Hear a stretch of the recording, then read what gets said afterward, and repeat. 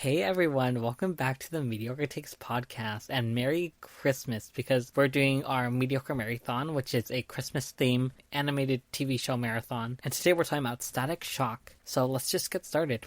It's the holiday season when the power goes out at a party Virgil is at, leading him to fighting Permafrost, another person with superpowers. Virgil finds out that Permafrost is homeless after losing her mother, and Virgil has to find a way to help her deal with her problems the best way he can.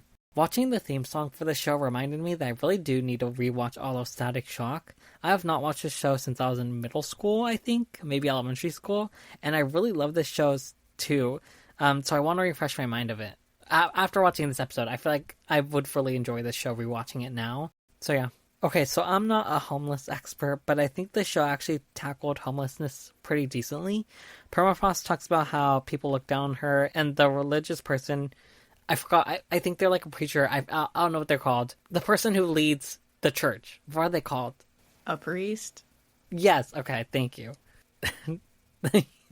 The way he said that sounded so condescending. And I'm sorry, I just felt really stupid because I could not remember the name. I'm sorry. Anyways. Oh, and the priest says that even if she gets help, that won't determine whether her future will be bright. I think that despite the fact that the story has a religious point of view, and that religion can be flawed in the way it treats homeless people, it did a really good job with the issue. Yeah, I really enjoyed that. Permafrost is a really cool character, and in my opinion, she's one of the better characters with ice powers I've seen so far. I feel like characters with ice powers can be very one-note and repetitive, because it's always like, oh, I'm sad, and I have ice powers. And even though that was kind of the same way with Permafrost, I still liked her despite that. I just feel like her story was compelling enough to destroy that caveat of it being like a very repetitive kind of supervillain plotline. I think I don't want to call her a villain because she's not. I think I like when an antagonist of a story isn't necessarily doing what they're doing for like selfish reasons. Her actions are coming from a very like emotional place in her heart, and I feel like those type of characters where it's like, it's not this, she's not methodical, she's not planned out, all the bad things that are happening around the town is simply just because this person is not getting the help that they need. And like, I like what they did with Maureen. I feel like her character is so cool, and her character specifically did a really good job sort of rounding out the message of this episode. Yeah, I completely agree with you. I feel like she was really written well, and I feel like what they did with this episode was really amazing. Yeah, and generally this episode like almost made me tear up with how it was literally like structured around talking about the homelessness issue we have in America. You know, the country that gives $7 trillion to our military, but have no money for Americans in need. Ooh woo, sad face. But I feel like the fact that they are so, like, they straight up, like, spit statistics out, which I absolutely love. And they actually they had a conference, like, they were talking about how, like, the government and politicians don't want to, like, help out the issue we're having. I think the last thing I have to say is, Richie's kind of a sleazy, whiny bitch. And I think this wasn't that big of a deal for me when I was a kid and I watched this. But now that I have a shorter temper when it comes to men, both fictional and real, I could not stand that dude. He wasn't even in this episode that much, but every time he talked, I let out an audible sigh. Richie's the white boy, right? Yeah.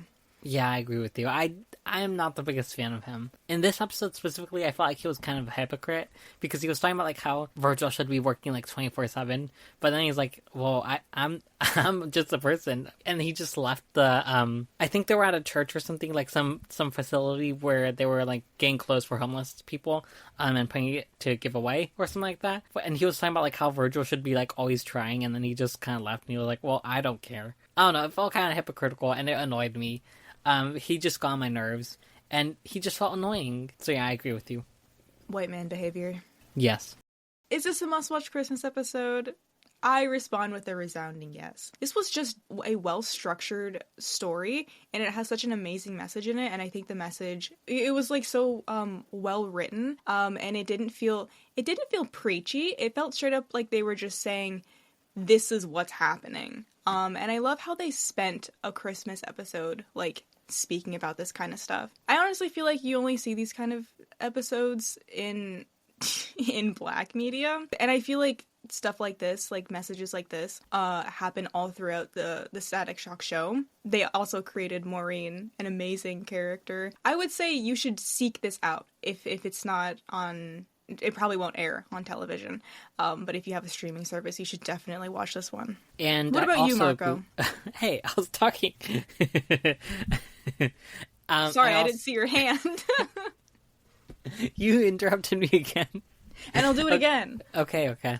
I also 100% agree with you. I feel like this is a really amazing episode. I just like how it deals with the issue of homelessness. I like the Christmas themes. And Maureen Permafrost is a really amazing character. This is a must-watch. You should, again, look out for it and check it out because it's really amazing. Anyways, you guys should check out our episodes daily because we're going to be posting daily until December 12th. We're posting 12 episodes of Christmas-related animated episodes, and tomorrow we're going to be talking about The Amazing World of Gumball, so check it out. Anyways, you guys, that's the end of today's episode for the Christmas Marathon. If you want to send us a voice message on Spotify for podcasters, there'll be a link in the description to do so below. We also have social media all in the description that you can go follow. Please do. And that's everything, so goodbye.